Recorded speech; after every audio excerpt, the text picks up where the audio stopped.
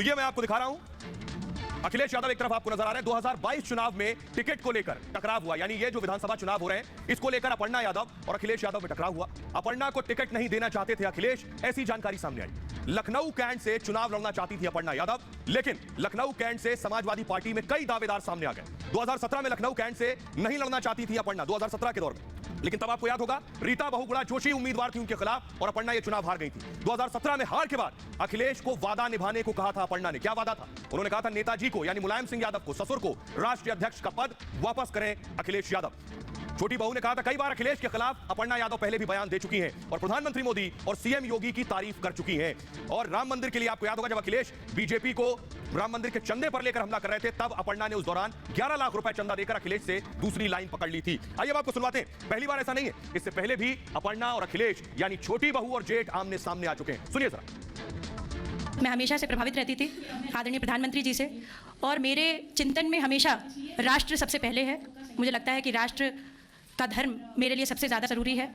नेताजी ने बहुत कोशिश की समझाने की, नेताजी ने बहुत कोशिश की समझाने की, तो मैं बधाई दूंगा और शुभकामनाएं। और साथ ही साथ हमें खुशी इस बात की है कि समाजवादी विचारधारा का विस्तार हो रहा है। समाजवादी विचारधारा का विस्तार जो हो रहा है, मुझे उम्मीद है कि हमारी विचारधारा वहां भी पहुंच करके और संविधान और लोकतंत्र को बचाने का काम होगा।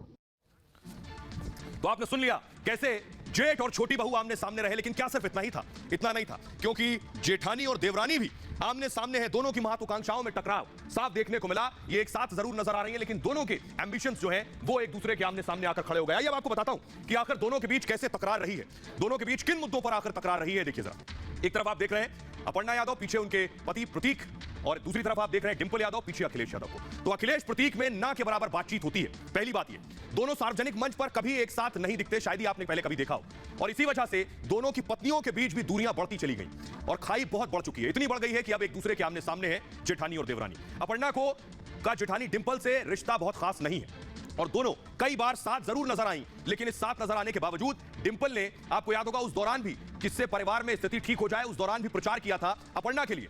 इसके अलावा अपर्णा डिंपल एक दूसरे से बहुत ज्यादा बातचीत नहीं करती हैं, एक दूसरे को प्रतिद्वंदी मानने की भी चर्चा है, क्योंकि दोनों ही सियासत में आ चुकी हैं। डिंपल भी चुनाव लड़ चुकी है और अपर्णा भी चुनाव लड़ चुकी है। अपर्णा ने डिंपल को लेकर एक बार कहा था, उन्होंने कहा था डिंपल शांत दिखती हैं लेकिन उन्हें गुस्सा बहुत आता है, यह कहना था अपर्णा का। इससे समझ में आता है कि आखिर रिश्ता है कैसा। लेकिन आइए अब आपको बताता हूं अखिलेश